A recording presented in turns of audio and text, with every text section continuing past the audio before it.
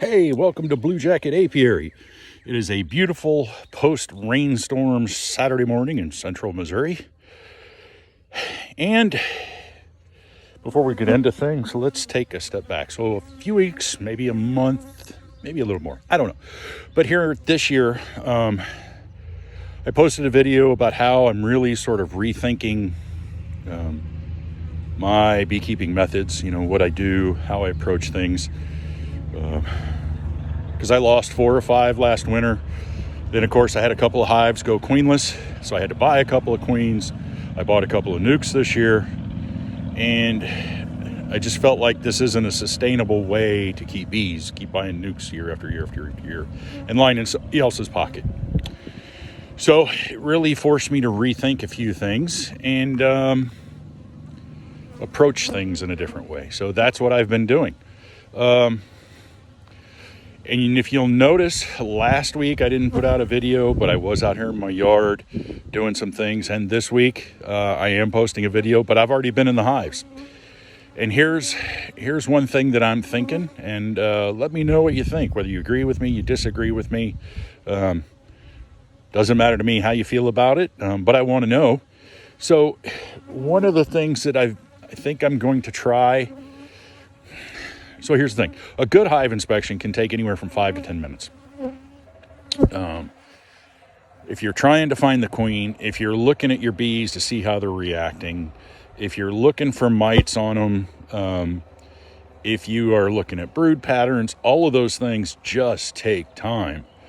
And with 4 colonies, I'm out here an hour or so between moving between hives and taking stuff apart and opening the hive and doing the inspection, et cetera, et cetera, et cetera. All the stuff that goes into really doing a thorough check of the hive. And that's what I want to do. That's what I want to start doing.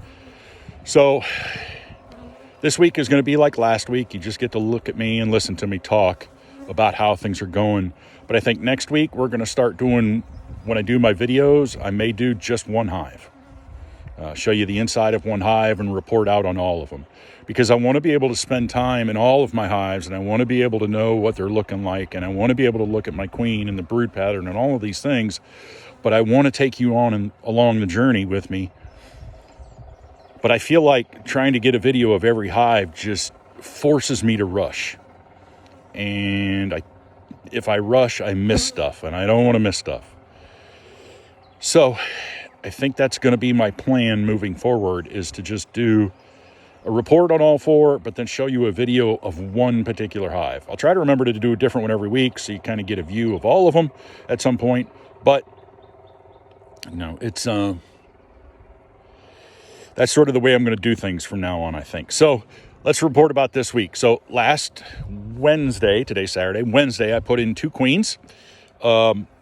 One of them still has the pink dot on the back. The other one does not. I was able to find both of them. Points for me. They're both already started laying. Points for the colony. Maybe not as much as I would love to see, but hey, they've started, and I've got some brood coming out in both of them. So I'm going to say, go queens. Successful. I'm down with it. I like that. My 2 nukes that I bought, they are about to blow up, and blow up rather largely. Hold on a second. All right, so these 2 here on this end were queenless. They are now queen right, and they have brood.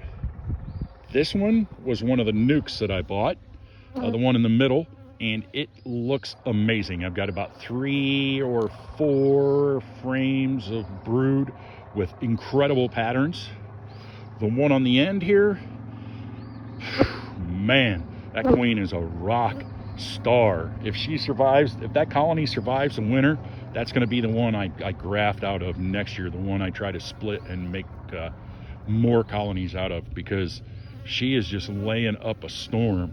I had fewer frames of brood in this one on the end, but they had far more. I mean, there was a couple of them where she had laid top to bottom, side to side, and I've just never seen that. Usually they lay in the middle, and there's some nectar and honey around the edges with some pollen around the edges. But man, I had one frame that was top to bottom, side to side. She has just filled it up. And so I've got the one on the end there, the one in the middle, those are the 2 nukes, and then these 2 on the end here were the queenless ones that now have a queen. So I'm hoping these 2 on the end in the course of the next week or 2 really start to get big, and I think they will, because both of those queens have just done amazing. I mean, they were accepted and they've already started laying. I have a feeling that I gave them 3 days. I gave the colonies 3 days to get the queens out of the cages, but I have a feeling they were out of there in less time than that. So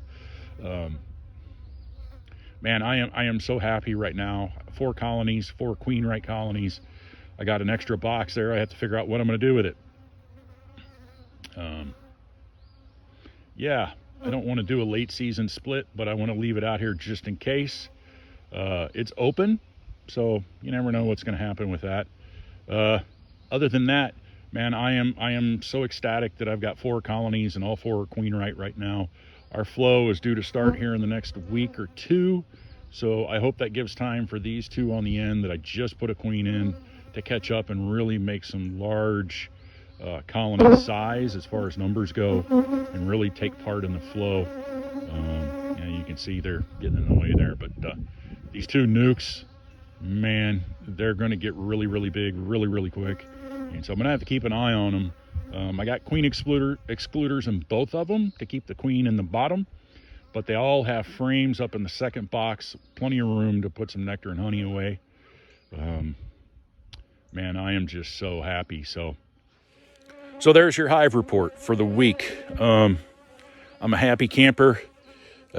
Things are looking good here in Blue Jacket Apiary. We're recovering from the bad winter that we had, 4 out of 5 losses. Some stupid mistakes made by me that caused not just 1 colony, but 2 of them really to go queenless. Every beekeeper makes mistakes, and I made mine, and I paid for it. So we're just going to move along, and I'm going to do everything I can to keep these 4 alive. I think what I might do, I'm going to have to mull it over, but I think I may mix up some feed to give to those 2 that I just put the queens in to really get them going. I mean, there was nectar in there, so they're finding it. So I may not. I don't know. That's something I'm going to have to think about. But I'm glad you all are going along with me. Thanks for hanging out.